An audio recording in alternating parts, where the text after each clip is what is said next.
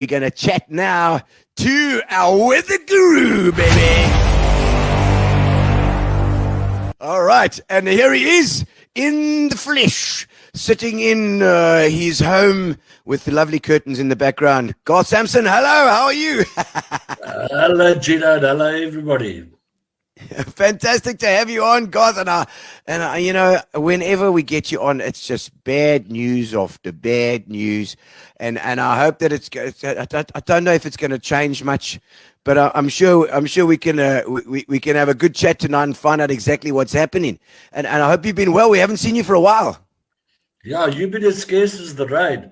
I'm trying to coax my wife to make me a cow like the Grim Reaper, but she says my haters will become more and more and more. Oh no! Well, go. Tell us what the situation is with the rainfall this year so far. Can you take us through a bit of a recap? Well, if Gary can throw that one slide up with the graph, yes, we can see there January was above normal. February and March was dismally below normal, and we're sitting at 25% below normal so far this year. We're supposed to have a good chance of getting rain in April. That did not or has not materialized. And if we look at the 2-week forecast, it's not likely. Interesting thing is May, as you can see there, is a month that we're supposed to get good rain. Yes. But a very disturbing factor is, remember our records go back to 1900. Yes. Since 2007, we've had a disastrous May. So that is very disconcerting if we have to look at the seasonal forecast later. So I'm very worried if I'm going to have any water for my whiskey. I'm sure, me too. You know, but you say so. It's specifically that time of year that's just the rain has vanished from that time, which was always our good time. Yes, this is the time of the year that we are supposed to get the cutoff low. Remember, we are predominantly in a dry zone. So if you take it over the long term, your mathematical average gives you, if you know a little bit about statistics, gives you your average. But if you take the extremes out, our average is much less than it is. And it's only the flood years that pushes our average. So in other words, we've got more below average years than above average years. It's just that when we do get above average years, it's a hell of a lot above. Most a lot of rain. Okay, so we would hope that it would just defer that rain. It would just you know, maybe be a little bit later in the year. Maybe it'll change the cycle. We hope. Well, like I say, this weatherman is extremely concerned. Okay, well, like, you know, for me, it's like weather stuff for amateurs here. So I've got to rely on what you say. And tell me, I saw a weather guru pose on dry ground just recently. There we go. Gary put it up there. That's parched ground there. What's going on? Tell us what's happening there. That is the most scariest experience I've ever had, besides the disaster that happened there. But that's a story for another day. But that is the bottom of the Impofo Dam. That is the Impofo Dam. I'm sitting in the bottom, just next to the intake tower, where the normal means of extracting water. In the background, you see a bit of water, and at the right at the back, you see a barge. That barge cannot extract any more water there. It's got to be taken further downstream, closer to the wall, to get any water. This dam, nobody has seen the bottom of the dam since it was constructed in 1983.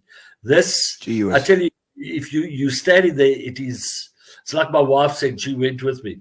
It is the most scariest thing, and people really don't understand the gravity of the situation. Being there, you really take it in.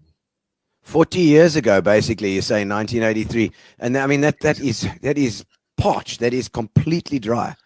Yeah, if Gary puts up the next slide of the dam, you can see there on the left, those columns of the tower is. On the right, you see the tower. Then just a little bit up, you see those white dots. That's where the normal bottom limit is. The black pipe there is the one that the municipality is trying to extract every last drop of water. You can see the ground is parched. It's rock hard. You don't even sink there. It is hard. And you got an interesting story about your this is more posh. Is that the mayor with you there? That's it. You don't go visiting the dam with the mayor. He said, we had the photos taken, and he said, well, I've got another meeting. Goodbye. And he politely jogged up the side of the wall. And me being an old man, had to take my time. And as I was climbing, a spider got hold of me. Yes. And it is now almost a month later, and I'm still suffering with my leg. A spider bite. A spider bite. You cannot believe, just 2 little pinpricks. Yes. Okay. Yeah, that's all it needs for the poison or whatever is going to happen. Okay, now the forecast for the rest of the year. Let's have a look at the seasonal forecast. Well, I just want to say when it's brown, flush it down. But is that bad? Yeah, it's that bad. You can see there on the western half of the region, right the way through to August. It works on a 3-month cycle.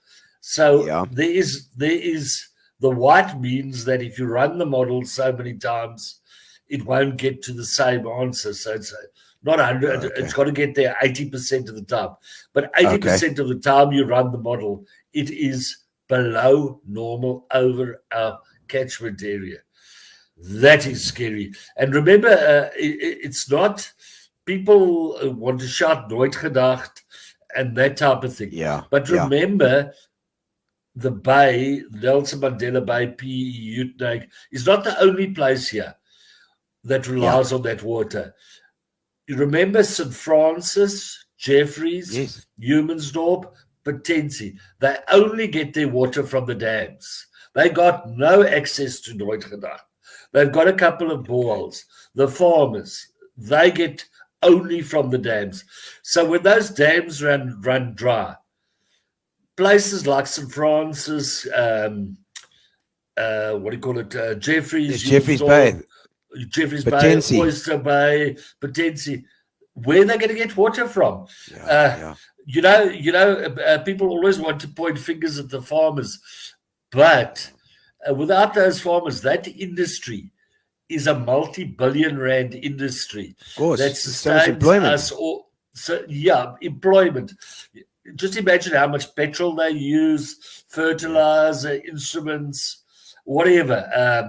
It will kill the economy of the bay. That is why we've got to be resilient and understand this is never going to go away, this water shortage, and we've got to get in the mindset of Cape Town. But alas, we are not in the mindset of Cape Town because we've got this I-me syndrome. I'm not worried about anybody else. It's just for me. So you say nooit gedacht would help the city, but not the surrounding area. Not the surrounding areas, only the city. So, Port Elizabeth, Y2Mate, and then only certain parts of the city. The municipality has been very resilient to try and get the water. But unfortunately, this weekend, the pumps crashed through Eskom. And load shedding doesn't help either. And those areas didn't get water. And there's certain areas in the bay that didn't get water either. And the people were bitching and moaning like anything. All I can say is get yourself a tank. I don't even know if there's a water outage. Well, that's a good spot to punch your sponsors now for the tanks. Yes, there we go.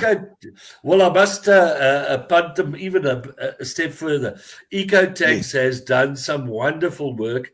They've done donations, and where there's been problems with installations that weren't done properly by the Metro, Chris has phoned me and said, please, who can I contact? I see this tank is leaking, and they didn't put a plumbing tape on.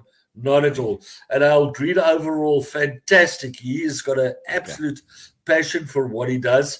And he's done assisted the MTR Smith with their installations free of charge and that. So really, they are coming to the party. Fantastic. Okay. Oh, good. Well, well done to them. And I see that you were recently the subject of a cartoon here. I see. I think Derek Nesbitt obviously been busy. Derek Nesbitt's been busy. I love it. Of course, I've got a lot of flack from the religious community, but remember, the Weather Guru is just a tongue-in-cheek that was created by Darren Mann, and it's got no religious connotations. The Weather Guru. You haven't got. I can't see your spider bite there. Go and check it. And but you have been involved with the Herald and the Weekend Post as well. I see. Yes. That has been great. They've given me a column, and I've thoroughly enjoyed this. Everybody thinks writing is an easy task.